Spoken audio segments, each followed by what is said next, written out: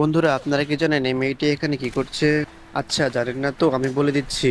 এই মেয়েটি এখানে এরকম মূল্যবান পেপার তৈরি করবে, আর এই পেপারগুলো তৈরি করার জন্য প্রথমে এরকম গাছগুলোকে কেটে সবগুলোকে একসাথে বেঁধে নিতে হয়।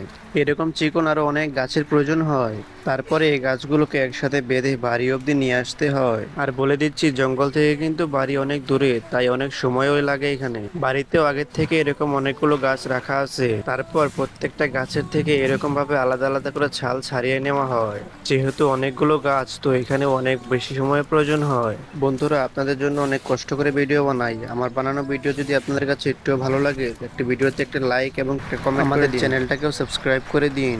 তো চলুন দেখি ওই গাছগুলোকে কি করছে এখন। ওই গাছের ছালগুলোকে এক জায়গায় এনে জড়ো করা হয়, তারপর ওই ছালগুলোকে এভাবে আলাদা করে নেওয়া হয়। আর হ্যাঁ, এটা করতে করতে দিন পেরিয়ে রাত হয়ে যায়। আর সারা রাত এই কাজটিকে সম্পূর্ণ করার পর এগুলোকে আবারও এক করে কাঁধে করে নিয়ে আসা হয়।